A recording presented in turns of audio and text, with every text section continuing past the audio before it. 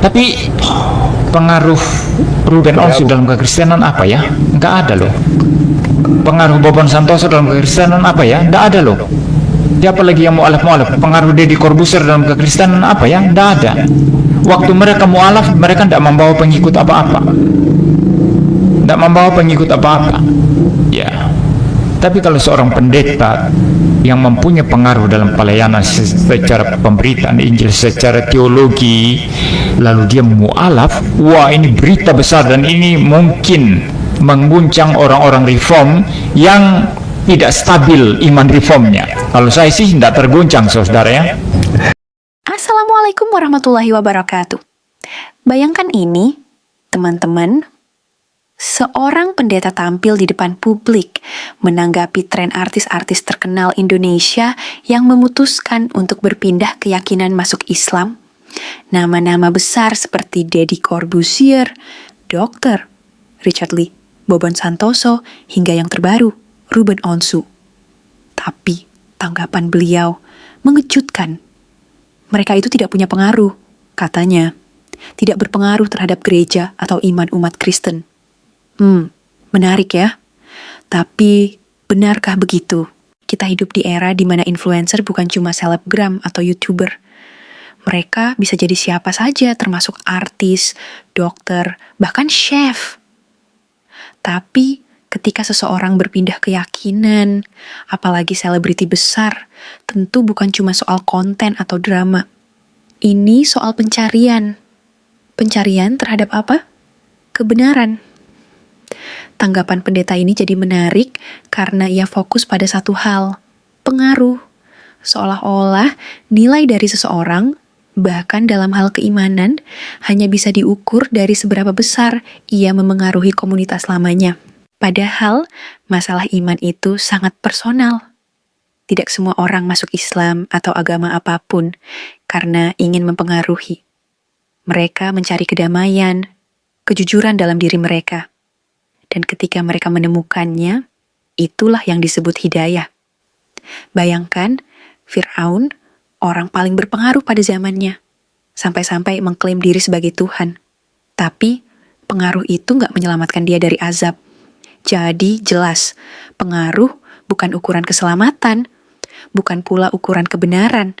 Artinya, ketika seorang artis masuk Islam, mau dia punya 1 pengikut, atau 17 juta subscriber seperti Bobon Santoso, itu bukan intinya. Yang penting adalah dia menemukan jalan hidup yang menurutnya benar. Maka saya mau berkata, ya, Anda lihat-lihat juga siapa yang mu'alaf ya. Ya, Anda lihat-lihat siapa yang mu'alaf ya. Dia punya pengaruh enggak kepada kekristenan? Dia sangat berpengaruh kepada kekristenan sehingga waktu dia keluar itu dia membuat begitu banyak orang terpengaruh. Saudara kalau lihat, ya sorry aja ya, kalau saudara lihat orang-orang yang berpindah ini ya, yang mu'alaf ini, orang-orang yang tidak punya pengaruh dalam kekristenan mereka. Memang mereka mungkin artis ya, nama besar, tapi di dunia hiburan. Kalau di dunia hiburan, Ruben Onsu itu ya punya pengikut ya. Di dunia hiburan, YouTube misalnya Bobon Santoso itu punya 17 juta subscribers kalau saya tidak salah ya. Di dunia hiburan, Deddy Corbuzier itu punya jutaan lebih banyak dari Bobon Santoso subscribersnya ya. Ya. Sekarang, mari kita balikan logika tadi. Kalau Pak Pendeta menilai pengaruh dari jumlah pengikut, maka siapa lebih berpengaruh? Bobon Santoso dengan 17 juta subscriber atau pendeta yang tidak dikenal banyak orang? Lagi-lagi, ini bukan untuk merendahkan siapapun, tapi untuk membuka mata. Pengaruh itu relatif. Tapi dalam Islam, hal ini jadi jelas. Seorang mu'alaf, siapapun dia, entah punya jutaan pengikut atau tidak dikenal sekalipun, akan dimuliakan Allah jika ia sungguh-sungguh dalam keimanan dan amalnya. Fakta menarik lainnya, ketika public figure memutuskan untuk menjadi mu'alaf, suka nggak suka, ada dampak sosial yang mengikuti. Banyak orang jadi penasaran, belajar, bahkan mungkin ikut mencari. Mungkin bukan langsung ikut berpindah keyakinan, tapi mulai bertanya, mulai membaca, mulai thinking beyond.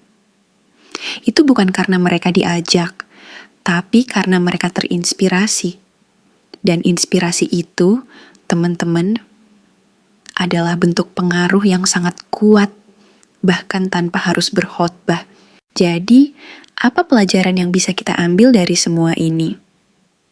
Pertama, jangan ukur nilai seseorang dari seberapa viral dia.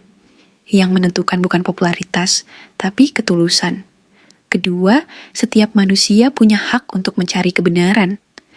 Dan ketika dia menemukan kebenaran itu, tak peduli apa agamanya sebelumnya atau seberapa besar pengaruhnya, dia berhak untuk damai dengan pilihannya. Dan terakhir, siapapun yang menemukan ketenangan dalam Islam, maka dia akan dimuliakan, asalkan dia terus beriman dan beramal soleh sampai akhir hayatnya. Kalau kamu merasa video ini membuka wawasan, jangan lupa like, share, dan tulis pendapatmu di kolom komentar. Apakah kamu setuju bahwa iman itu bukan soal pengaruh? Dan jangan lupa subscribe untuk konten yang mengajak kita berpikir lebih dalam, lebih jujur, dan lebih berani mencari kebenaran. Wassalamualaikum warahmatullahi wabarakatuh.